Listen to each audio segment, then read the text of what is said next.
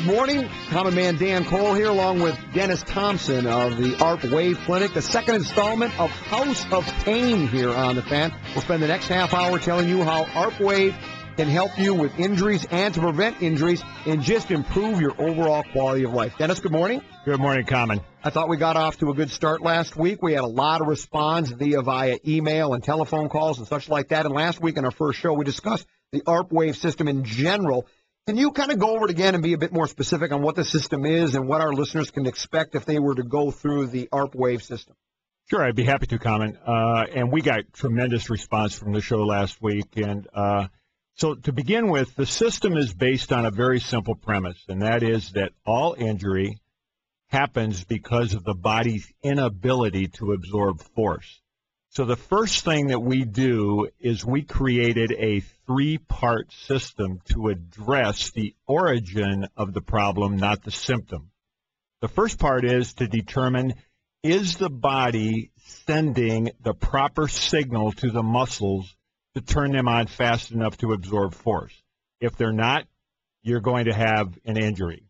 And there's two ways injury happens. Number one, the force overwhelms the muscles, such as, Common, if you got hit by a bus, obviously you're not going to be strong enough to absorb that force. Or the majority of injuries happen because the nervous system does not turn that muscle on fast enough to absorb that force. So what happens is that force then is transferred to tissue that's not designed to absorb force, tendons, ligaments, bone, et cetera, et cetera. So the first thing that we have to do is determine, is the body neurologically sending the appropriate signal to the muscle to absorb that force? Now, once we identify that, now we've identified the actual origin of the problem. The nervous system basically wasn't doing its job. The second part of our system is we have to correct all the damage caused by the muscles not doing their job. Obviously, if you don't have shock absorbers on a car, you're going to create a lot of damage. Well, same thing. If the muscles aren't acting as a shock absorber, you're going to have a lot of damage. So then the second part of our system, we call it the ARP side, is to identify where those muscles failed, identify all of the injury areas that basically were caused by the muscle not doing its job, and then correcting that. And then once we've done that, we've broken down the scar tissue, we've increased the range of motion, we've gotten blood supply into that area, we've gotten full range of motion back, we've gotten the pain level down to a 1 or a 2. Now we go to the third step, which is regaining the ability to demonstrate your strength. In other words, be able to move efficiently without pain. And that is our three-part system. And if one of those pieces is missing, the system does not work. Just that simple. And it is a three-part system, and it never, ever fails. Well, now, what does ARP stand for? ARP stands for Accelerated Recovery Performance. And that's exactly what we're trying to do. We're trying to accelerate the body's natural ability to recover from trauma. And it's done through, I call it like it's an electrical device, right? It's like electrotherapy. Well, that's a very small piece of the puzzle. If you recall, you've gone through the system now. You're in step 3 of the system right now. But in the first step, we had the doctor address the issue that the nervous system wasn't working correctly. In the second step, we used the ARP, which is a electrical device, as you called it, to basically identify and to get blood supply into the areas that we've identified needed help. And then we also use that to drastically increase your strength level.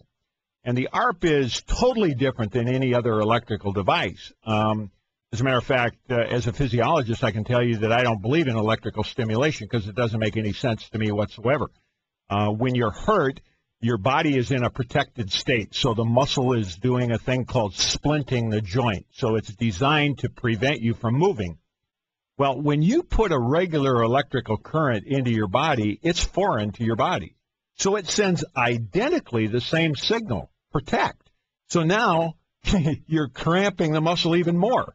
So it's like, Common, if you've ever had a leg cramp, you instinctively did not want to keep that leg cramp. You instinctively moved your leg to get that cramp out, right? Correct. Okay.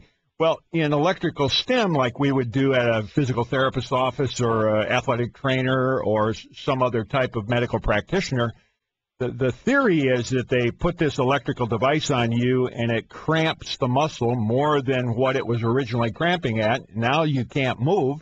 And so they keep you in that cramp for 15 to 20 minutes on the premise that it's going to fatigue the muscle so much that it eventually will get blood supply into the area. To me, that makes absolutely zero sense. So what the ARP does is exactly the reverse of that. When that current comes in, it does not send that neurological signal to protect. It sends the exact opposite signal to relax. So now if you're in a cramp, within a 16th of a second, you're out of the cramp, and now you can move. I had an elbow issue. I had, I guess we call it golfer's elbow. Correct. Tendonitis down here. Yep.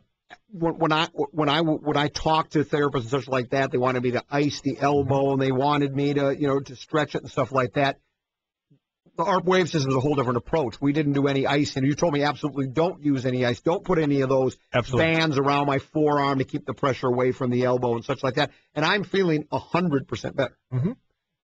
See, what we're dealing with by putting ice on the elbow is you're putting ice to numb the symptom of the pain in the elbow. You are not doing you any good. And first off, your elbow was not your problem. As we demonstrated, the elbow is not the problem. There was another problem that was causing that pain to radiate to that area. And I think it's important for listeners to understand that wherever we feel pain, no matter who we are, wherever we feel pain, that's where it ended up. It's not where it's coming from. And if you only work on where it ended up, you're never going to solve that problem.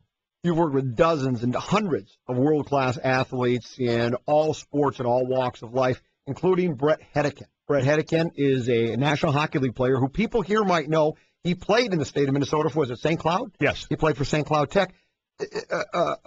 Tell us a little bit about his story. Bret came into us right after the hockey lockout, and he had a number of surgeries, which in my opinion, basically were ill-founded and he should have never had. And he was ready to quit the hockey game. He said, look, my wife, Christy, and I just can't live with the pain anymore. I've been playing in pain for years and years and years. And so I said, look, give me 10 days. Before you decide to quit, give me 10 days. And he said, yeah, right. And I said, and let's see if we can get you out of pain. Well, at the end of 10 days, basically he was pain-free. He was scheduled to have a back surgery, which he did not have. And now we were about 4 months before the camp starts. And I said, just what you need to do is you need to get stronger because of the injuries that you've had, you've been unable to strengthen your body in the positions you need to be strong in. And to make a long story short, we trained him for 4 months. He went back to Carolina. This is a year he was going to quit now. This is 06. He went back to Carolina. He was the best conditioned athlete on their team. He was the fastest guy in the NHL at that time.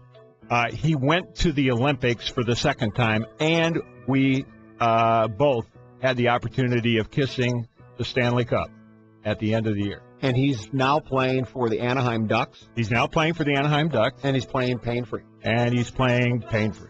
Amazing. We'll talk with him, as a matter of fact. We have more on the Bret Hedican story. He's going to join us after our break. If you'd like some more information about the ARP Wave system, here's what you need to do. Go to arpwave.com. That's ARPWAVE.com. ARP Wave Clinic.